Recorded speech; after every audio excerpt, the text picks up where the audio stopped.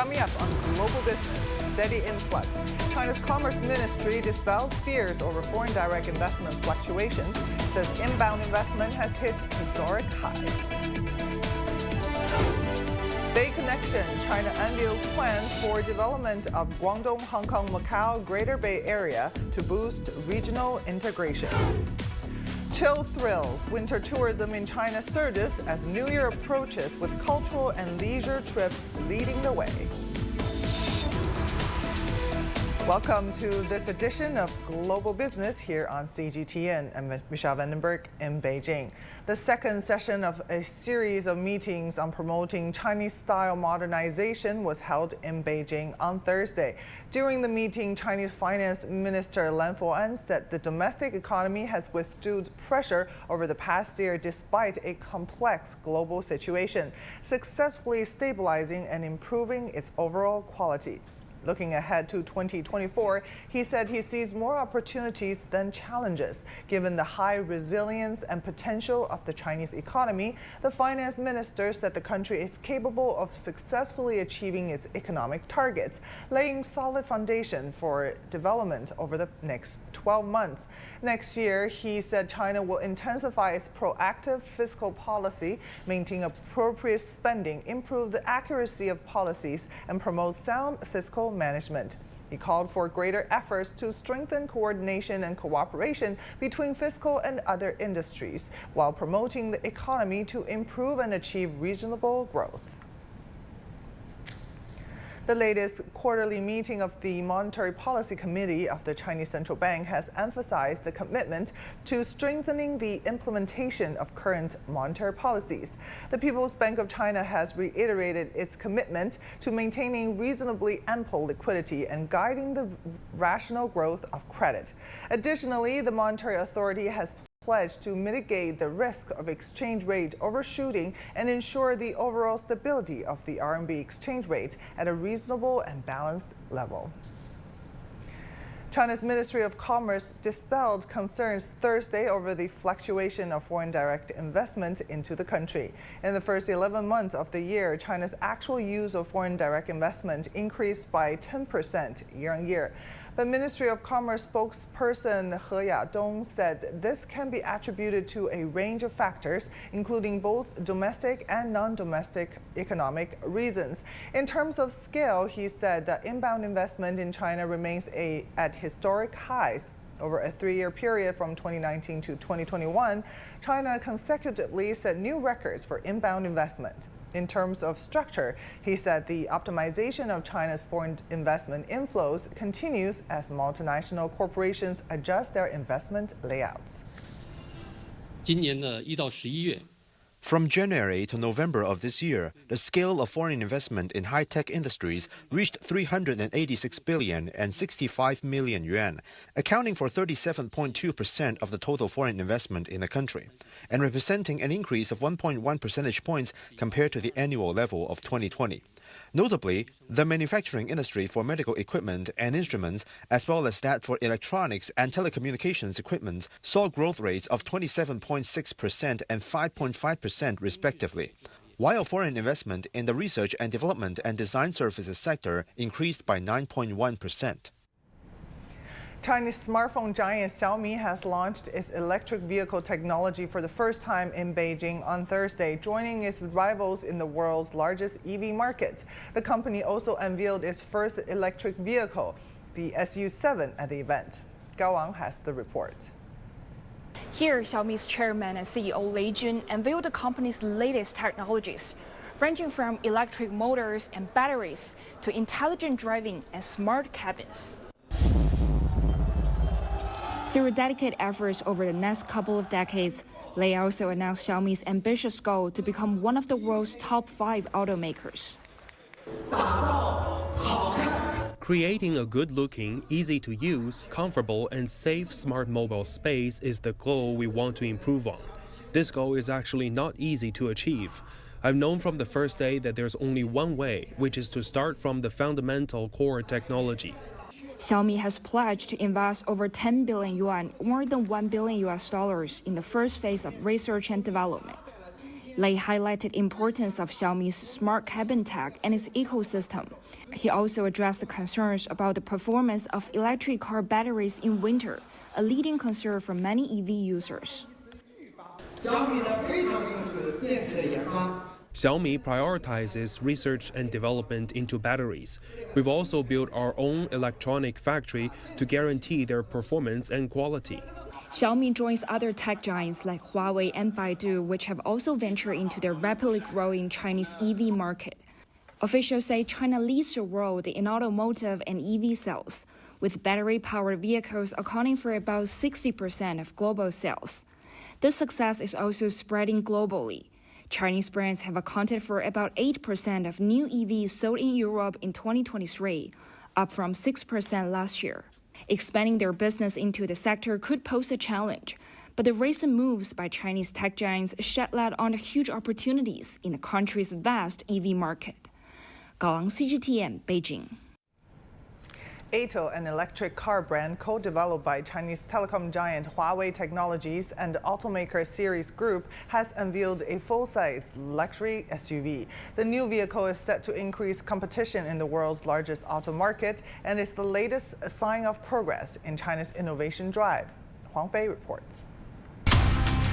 The Ato M9 is a culmination of Huawei's latest intelligent automotive solutions, including high-level assisted driving features for busy urban roads. The six-seater has garnered some 54,000 advanced orders since pre-sales began 3 months ago. Huawei's manufacturing partner Seres says it's ramping up production and will start volume deliveries on February 26. I'm a fan of the Huawei products and bought the M5 last year. Safety and technology are my biggest priorities. Today they showed a crash test where the M9 was squeezed between two huge trucks, but all the seats remained intact. That was quite impressive. Powered by advanced made-in-China processors, Huawei's new car and smartphones are fresh signs the tech giant is overcoming 4 years of U.S. export controls. The company is barred from using components and technology from U.S. firms without approval. We survived extreme difficulties. It didn't kill us. We made it through the harshest winter. Now, we're back on the fast track of growth. Moving forward, we will accelerate our innovation efforts and create even better products and experiences for all. China's economic model is undergoing a transition into one of high-quality, sustainable growth. Electric vehicles are just one example, as they combine advanced manufacturing, semiconductors, and artificial intelligence. Officials hope more national and private investment in future technologies will translate into higher productivity, creating new economic drivers. Last year, China spent a record amount on research and development and filed nearly half of all patent applications in the world. And Shenzhen is creating what it calls a whole process innovation ecosystem, which connects innovative companies with production, education, and R&D resources. Huawei, BYD, Tencent, and DJI are key players in this innovation supply chain.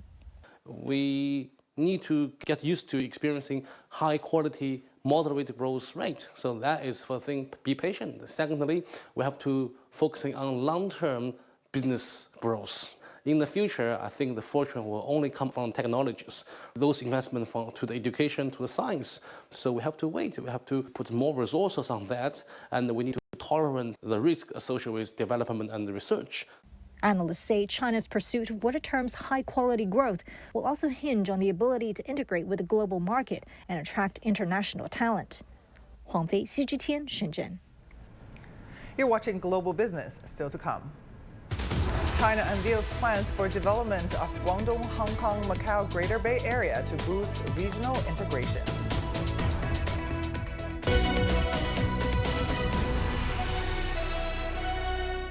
The world economy as we know it is about to change.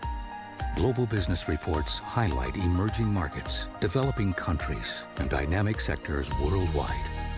We feature top analysts and newsmakers to provide perspectives on every facet of business. From an on-the-ground perspective, we provide you with balanced and objective assessments. Fast, sharp, and insightful. Global Business, only on CGTN.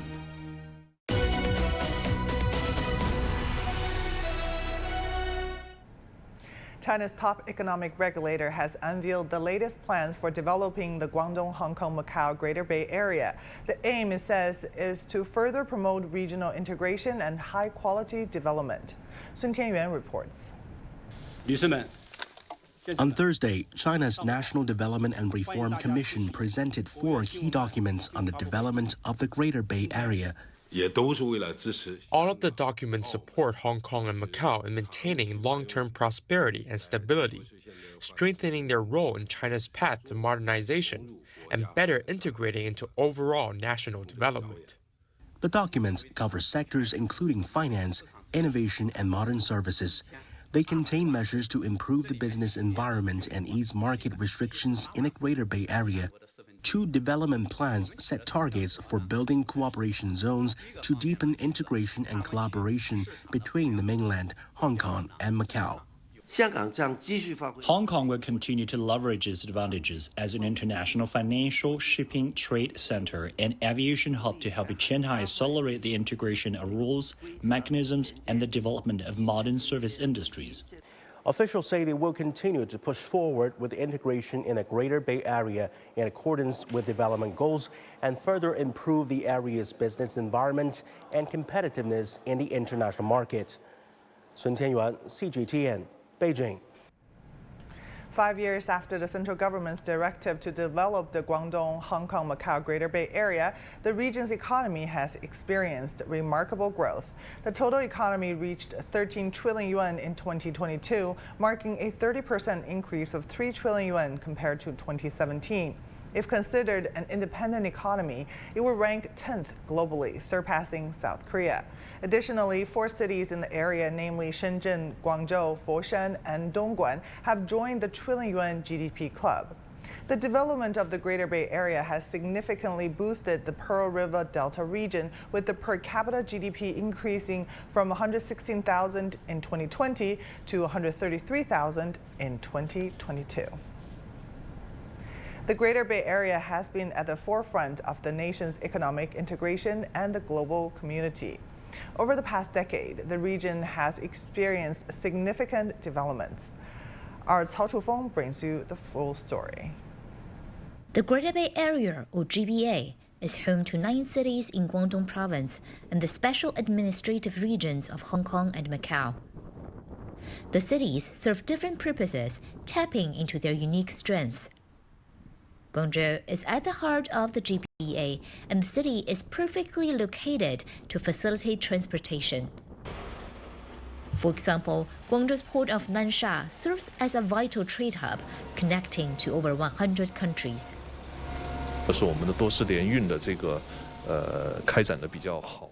First, our multimodal transportation has been quite successful. We have both waterway transportation channels by river and sea, and the intermodal transportation channel connecting the sea and rail. We're also close to manufacturing bases in the Pearl River Delta. Large factories can directly export goods from Nansha. Increased cooperation between the Chinese mainland, Hong Kong, and Macau is in line with the deepening reforms. It also forms the backbone of the Greater Bay Area's continued development.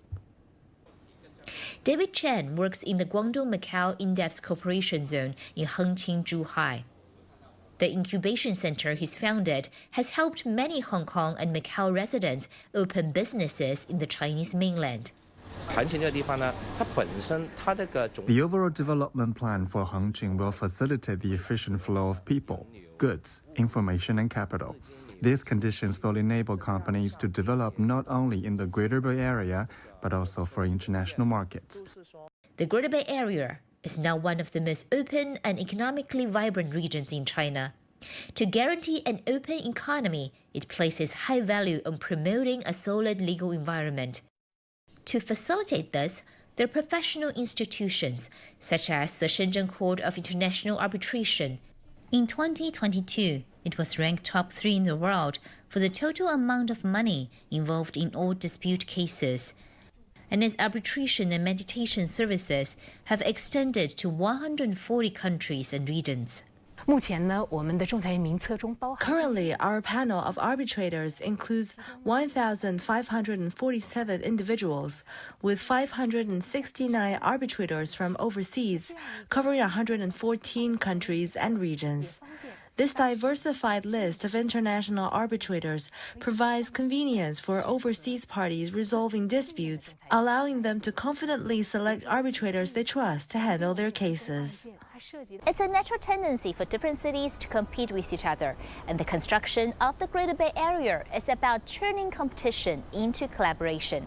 By integrating the different cities' advantages, the GBA is becoming a powerhouse that helps boost local economy and further opening up China to the world. Cao Chufeng, CGTN, Greater Bay Area. Now, for more insights on the development and achievements of the Greater Bay Area, we're joined by Shi Jiao, Assistant Professor at the Peking University HSBC Business School. Professor Shi, good to have you on the show. So let's first talk about the significant advancements in financial development within the Greater Bay Area, and how are these advancements influencing the regional and global financial landscape? The Greater Bay Area has a deep and developed financial market. Hong Kong has been an international financial center for decades. In the early days, it was a bridge that connected the mainland and the rest of the world. Later, it has also become a first stop for Chinese financial institutions to test the water of the global financial market. Meanwhile, it's still pivotal to renminbi's internationalization right now. Among cities of mainland China, those in the Pearl River Delta were not known as financial centers. These cities are more known as high-tech manufacturing hub. Shanghai's financial sector is more widely known. However, historically, this region has in fact pioneered some of the most important financial reforms. Shenzhen Stock Exchange has channeled financial resources into some of the most productive firms in China. Likewise, the entrepreneurial spirit of the Pearl River Delta region has facilitated the development of venture capital and private equity sectors. These developments have played an important role in the birth and thriving of high-tech firms in the Greater Bay Area. As the high-tech industry in this area continues to thrive, demand for financial services will continue to expand, and I think regional and global financial firms have much to offer and much to gain by participating in the modernization of the Greater Bay Area. Yeah, and in what ways is the construction and development of the Greater Bay Area acting as a catalyst for comprehensive reforms and furthering the agenda of China's opening up and modernization? Well, the Pearl River Delta and the city of Shenzhen in particular has pioneered China's reform and opening up in the late 1970s. Back then, it was an experimental field. It is the success of this experiment here that has allowed Deng Xiaoping to point to marketization as the road to economic prosperity, and thus has promoted economic reforms all over China. Today, likewise, the Greater Bay Area pioneers the country's continued and more comprehensive reforms. First of all, it showcases the work of one country, two systems, that member cities of the Greater Bay Area can integrate despite having different institutions. Second, cities of the Greater Bay Area are integrating in a complementary way in which each can leverage its unique advantages. So they are different, and they are different in a good way. For example, being highly internationalized and liberal, Hong Kong is excellent in attracting international talents and conducting cutting-edge research. Some of the research gave birth to startups in the mainland cities in the Pearl River Delta, where entrepreneurial spirit is strong and the production chain is highly developed. Macau, likewise, is a renowned destination for travel and intercultural exchange.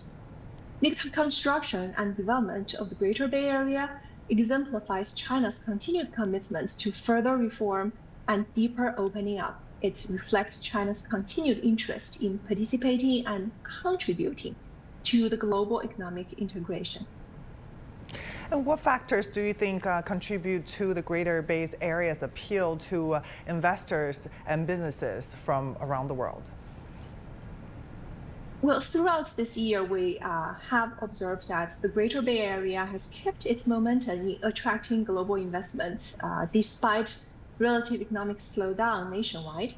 The Greater Bay Area is economically developed, so consumers here have deep pockets, making it a great destination for international firms to establish new marketing branches.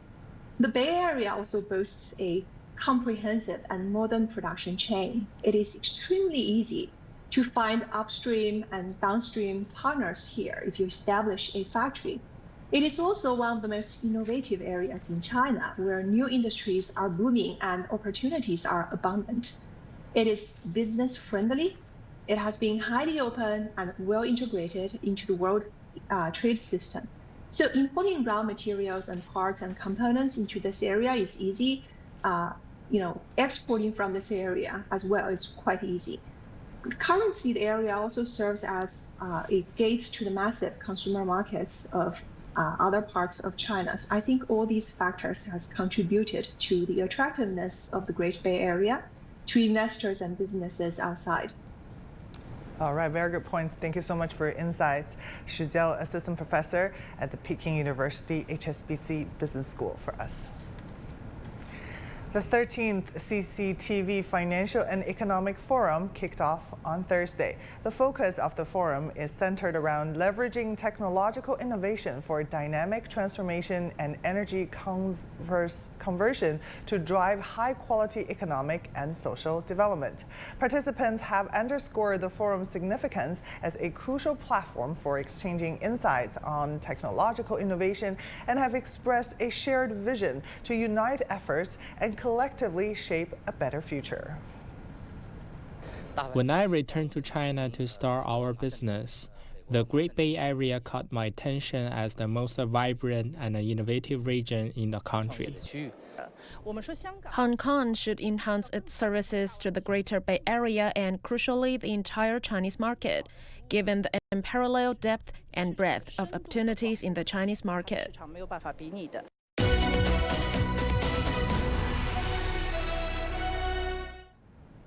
Tourism in China this winter is heating up as the three-day New Year holiday approaches. Cultural and leisure trips, ice and snow activities, and hot spring tours are the most popular choices.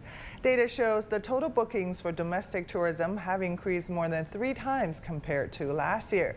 The travel demographic is getting younger, with 89% of tourists born after 1980. The National Immigration Administration forecasts a surge in flow of inbound and outbound passengers during the New Year holiday. China's recent extension of visa-free access to more countries is expected to facilitate arrivals. A daily average of over 1.5 million inbound and outbound passengers is projected. Now let's turn to Thailand, where visa-free travel was announced in September to attract more tourists from China. 3 months after the introduction of the policy, Wu Bin visits the country's capital, Bangkok, to find out how the tourism market is responding. This is one of the most visited attractions by Chinese tourists in Bangkok. The country's economy is heavily dependent on tourism. In late September, it announced a 5-month visa-free policy to attract more Chinese visitors. The Prime Minister even visited the airport to welcome the first batch. Thailand was expecting over 4 million Chinese tourists in 2023, but officials say the exact number is likely to reach around 3.5 million. Safety has become a major constraint on traveling to Thailand. The situation has eased in recent months with the strengthening of security and the attention given to it by officials. Thailand has once again become a top 5 overseas destination for New Year's Eve on our platform. As Chinese travelers increasingly choose international destinations for extended holidays, Thailand expects a rise in Chinese tourists, especially around the New Year. At this popular tourist site in central Bangkok, we met many visitors coming from China. I came to Thailand to spend New Year's Eve. It's now visa-free, so entering the country is really smooth. It took just 15 minutes for me. People around me, including my family, have concerns over the safety of Thailand. But I think it's safe here. We have 7 to 8 people together this time. We were even eating outside the hotel around midnight yesterday.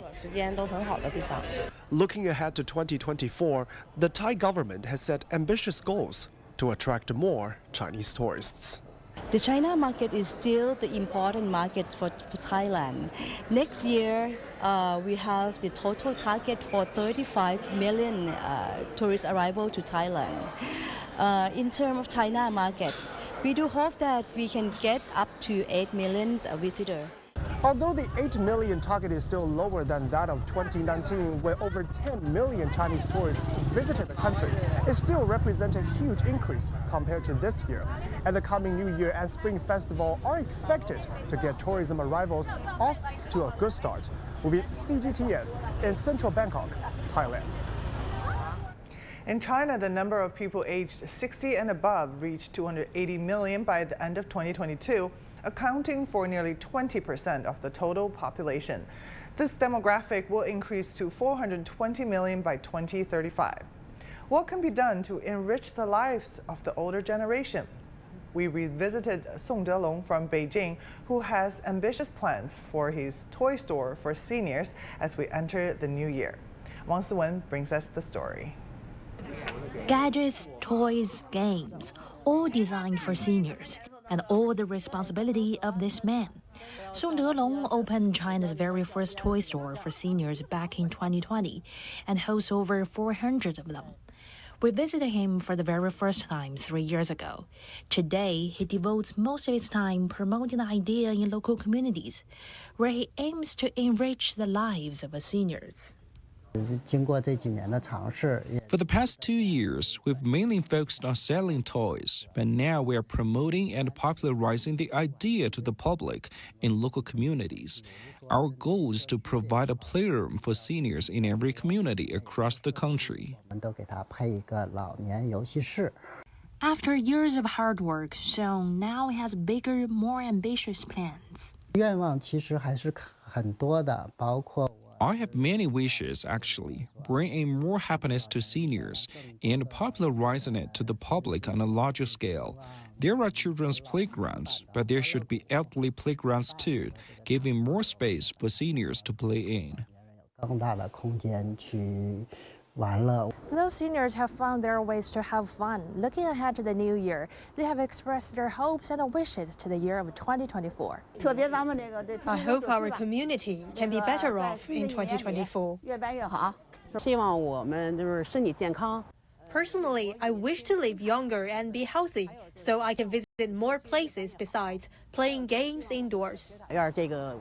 With the new year just around the corner, Song says he will stick to his business, as he believes every senior needs to entertain their inner child. Wang Siwen, CGTN, Beijing. And that will do it for this edition of Global Business. I'm Michelle Vandenberg in Beijing. Thank you for watching. Bye for now.